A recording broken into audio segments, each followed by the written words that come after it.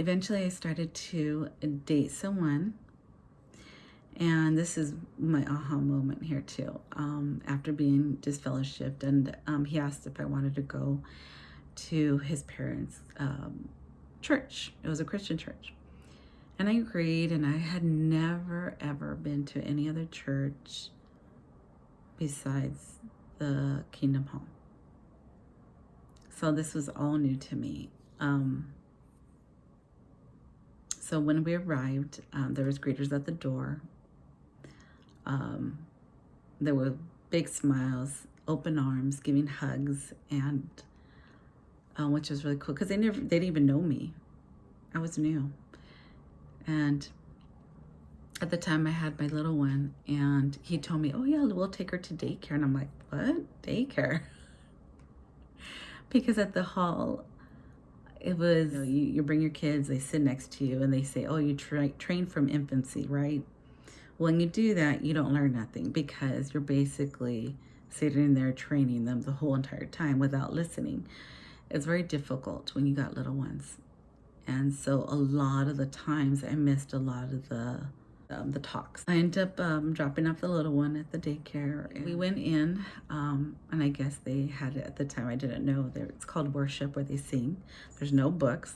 Jehovah's Witnesses have books. Their songs are real blah. During the worship, I was almost in tears listening to it was just amazing how they worship their Lord, and you could see the love that they have for their God. Oh, the music was nothing like I've heard before. It was very overwhelming, the lyrics and them praising to God. I also saw them raising their hands when they sing to God, which I thought was really cool. The sermon was different too.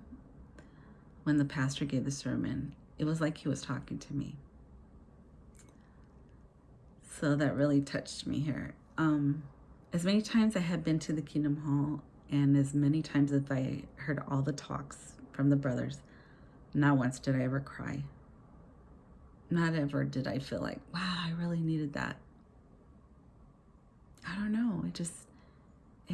I can never, sometimes I didn't even understand half of the talks and what they were talking about. I would leave like confused. But when this pastor talked, it was just very surreal. I just couldn't describe the emotions that I got after the service. I went straight to the bathroom, and I couldn't believe what was happening. And I just started crying and crying. I felt like something just overtook me. And the guy was saying his mother came in to check on me, and she's like, are you okay? And I said, yeah. She said, that's the Holy Spirit. I'm like, what? That was the Holy Spirit. I never felt that before.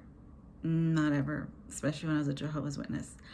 Not once did I ever feel anything like that. So what she was saying, I knew was real. So as time went on, I actually started searching other churches. I started venturing out, and I said, man, I want to know more about these churches and just the sermons, the pastors. I want to know everything about worship and singing. And I wanted what they had. You could see they had so much love and conviction for their God. I did start visiting a few churches by my home. There were a few Calvary churches that I visited. Like I said, I was a little bothered whenever the pastor would talk about the Jehovah's Witnesses, because they were always talking bad about them. And they were just calling them out for what it is, because what they were teaching was not true. It was a bunch of lies. I had not given up on God. I still loved my Jehovah. I still loved him, and I wanted to find something, but I just didn't know how or what I wanted. I still wanted to be spiritual. I wanted to have that relationship with God. So I did start to go to a denominational church, and with my kids, loved the pastor. He geared more towards the younger generation, which was really cool. My son went on a retreat. He ended up getting baptized. I didn't feel like we were actually growing in that church, and I ended up going to a Calvary church. And I talk about him, my pastor, Jack Hibbs. You can tell he has so much love for the Lord, and he's taught me so much just by his sermons. And the Holy Spirit has just really driven me to where I'm at today. And I was just growing here. I ended up starting going to a women's Bible study. The crazy thing is that in the women's small group, we get to know about each other and backgrounds, how long we've been going to church, where we came from, and so forth. But I had told them I used to be a Jehovah's Witness. They couldn't believe it. They're like, what? You used to be a Jehovah's Witness? I said, yeah. And I go, a matter of fact, my mom is shunning me. And it was just so amazing because they were like all there to console me. They didn't even know me. And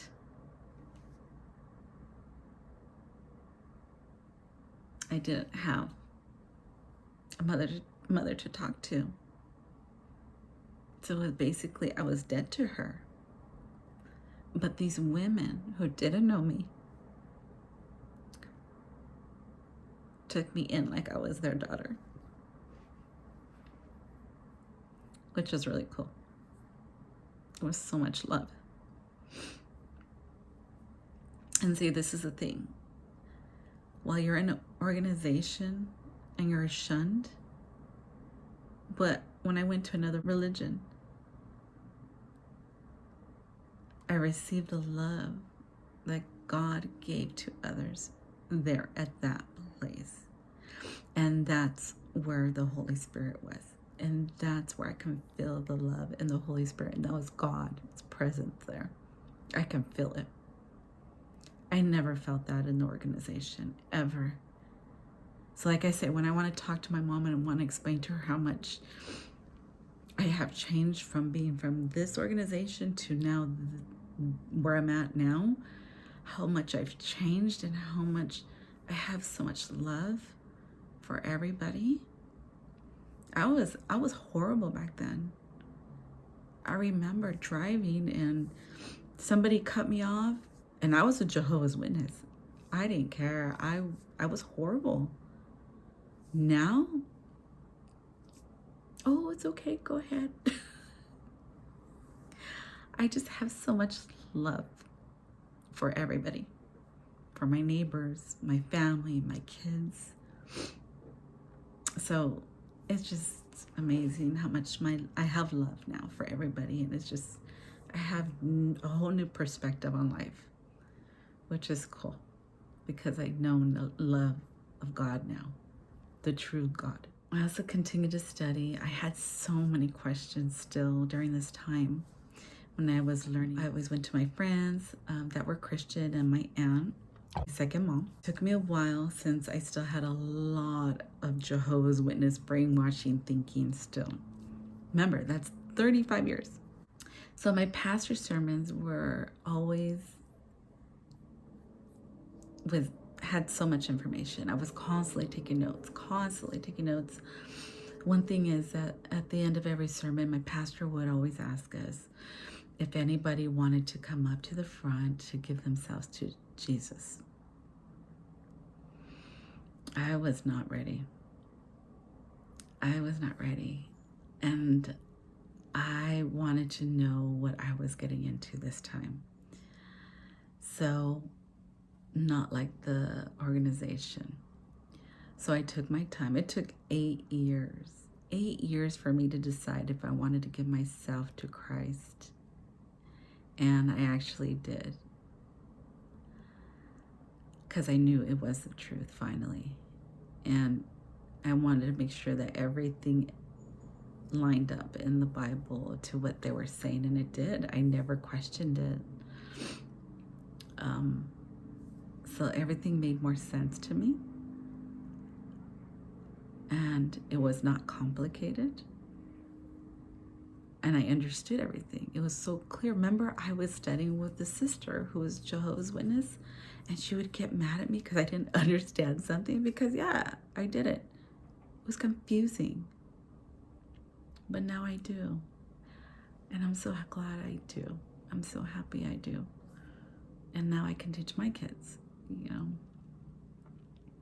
So in 2023, last year, I end up getting up and giving myself to Christ. And I told you, it was just like this overwhelming feeling, tears of joy. I mentioned that there was a reason that God probably put me in this situation, was to tell my story. I tried to pray to God, and I constantly asked him to use me. And I remember my aunt saying to me one day, I remember her telling me this: we're only here on earth for one reason, and that reason is to serve God. Not to buy the big lavish house, not to buy all these cars, toys, I'm better than you, pride puffed up. No, it's to serve God. Remember, Jesus was on earth to serve him. He wanted to save us. So that's what we're here for, to save others. It's our job to carry on his job. So that's what I always think about now. I remember when I had left, I had no one to turn to. I felt like every time I spoke to my siblings, I remember on the phone, I was always venting and crying to them on the phone about my mom. And it's like sometimes they didn't want to talk to me because that's all I did. But they're men, they can't relate. So, especially since my mother wasn't shunning them, so they couldn't relate. She was only shunning me at this time.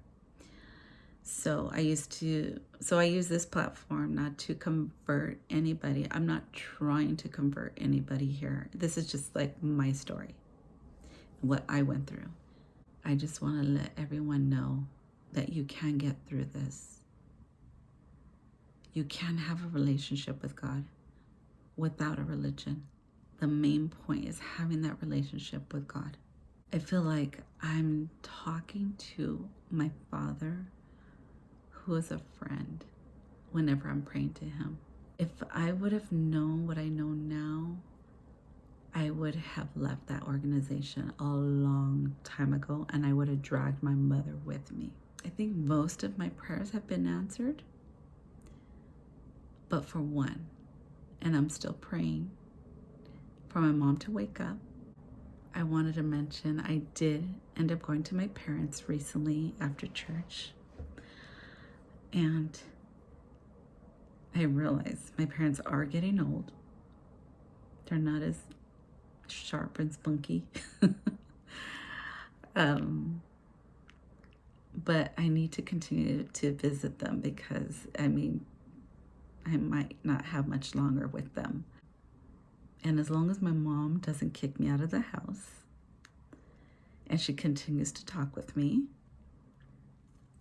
I'm going to keep going over and visit them. So far, that day, she did not go to her room like she usually does. She'll go to the back of the room and she'll shun me. But that shunning might be out the door because I know the JWs are changing the whole tunes now. I notice they're backpedaling with a lot of stuff going on right now, and lawsuits and other countries. So I think countries are going to start shunning the organization soon. But I started thinking, I don't know, I want you guys to come, and maybe I should call her elder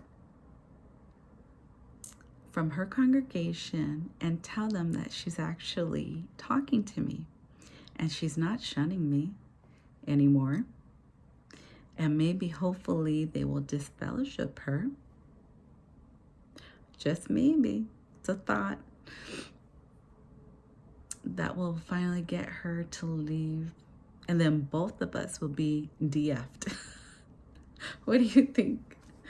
Leave your comments below. Hopefully you guys enjoyed it. I'm going to start picking at this book. Hopefully my next couple videos and dissecting this, because if you're a Jehovah's Witness, you know. And there's just A lot of great, get the book. I mean, I don't even have to tell you. If you guys just read the book and have an open mind, you guys will definitely understand the difference. And it's more clarity when I read it. And I think I read it in one night. I couldn't believe it, and learned a lot. Like I said, I still have a lot of questions. So hopefully, bye guys. I'll talk to you guys soon. Thanks for being patient. Have a good night.